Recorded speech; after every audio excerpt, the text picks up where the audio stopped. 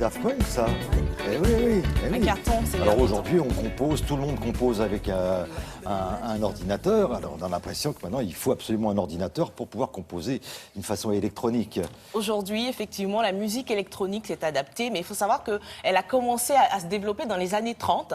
C'était de façon expérimentale, on va dire. On l'appelait de la musique concrète. Elle était donc exécutée surtout par des centres de recherche, et c'était les radios et les universités qui commandaient ces recherches-là pour trouver de nouveaux sons. On va dire que c'est plutôt au moment dans les années 60, que la musique électronique a commencé à prendre son envol, puisqu'on a inventé les synthétiseurs, on a commencé à avoir des appareils électroniques qui ont permis en fait de faire de nouveaux sons, de nouveaux genres, de créer de nouvelles sonorités. C'est là qu'on a découvert les premiers tubes électroniques. Hein. Alors oui, en plus c'est très large quand on parle de musique électronique, et il y a une évolution dans le temps qui a fait qu'elle s'est modifiée, puisqu'elle s'est retrouvée influencée par le rock, par la pop, par toutes les musiques qui existaient déjà, pour devenir de la house, de la techno, et ce qu'on appelle de l'électro, qui n'est pas représentatif de la musique électronique en général, puisqu'elle est composée de genres et de sous-genres qui sont tellement variés qu'on aurait besoin de plus d'une émission et même de plus d'un documentaire pour en parler. Mais en tout cas, avec notre partenaire Lina,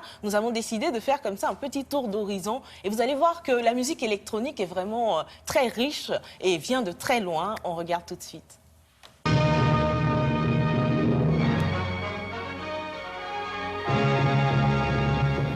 Eh bien, cette musique que vous entendez, qui est née il y a 10 ans, qui jusque-là passait peut-être pour simplement une recherche intéressant une toute petite minorité, marque, je crois, une date. La musique concrète fait son entrée un petit peu officielle.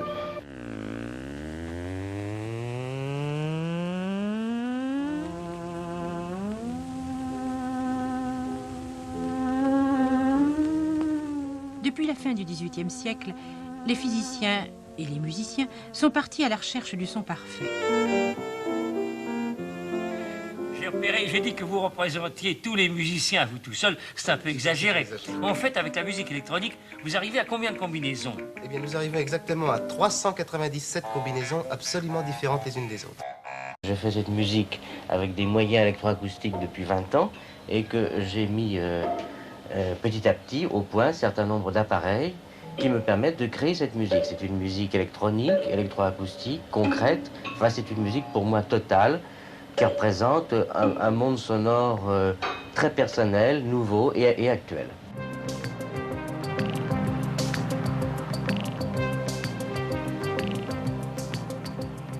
Qui êtes-vous, un ingénieur ou un musicien? Un musicien, bien sûr, mais je pense que je m'adapte aux instruments de mon époque. C'est-à-dire que donc, je pense que tous les musiciens doivent être un petit peu techniciens, un petit peu ingénieurs. C'est un problème qui dépasse le cadre de la musique.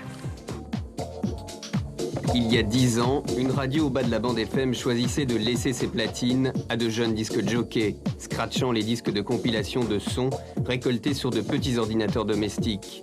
Aujourd'hui, sur Radio FG, cette musique faite à la maison casse l'audimat. House et techno, deux termes génériques pour ce qui est devenu le son d'une génération. À une époque, c'était Jean-Michel Jarre avec ses centaines, ses dizaines de synthétiseurs. Tout ça était proche d'une sorte de génie scientifique. Aujourd'hui, c'est quelque chose de très simple. Et c'est normal que n'importe quel gamin, je dirais, du monde occidental qui utilise l'électronique aujourd'hui très naturellement, fasse cette musique. Laurent Garnier, Stardust, Casius ou Monsieur Oiseau, des noms qui ne vous disent peut-être rien. Et pourtant, de New York à Tokyo, de Milan à Londres, ils font danser le monde et sont à la une des magazines. Révolution cyber, les lointains héritiers de la musique concrète des années 70 sont en train de faire danser l'Occident. Voilà, il y a 50 ans déjà, ça existait, la musique électronique. Ce qui serait bien, c'est d'aller faire un petit tour sur notre site, notre partenaire de l'INA. Exactement, pour découvrir encore plus de groupes, notamment les groupes allemands qui, à l'époque, vous en connaissez quelques-uns, vous en citiez, voilà, et qui avaient beaucoup influencé avec leur genre d'électronique, la musique en général électronique. Mais hommage aussi à Pierre-Henry, hein, c'était oui. vraiment un des précurseurs. Merci beaucoup Emma, merci beaucoup, à très très bientôt.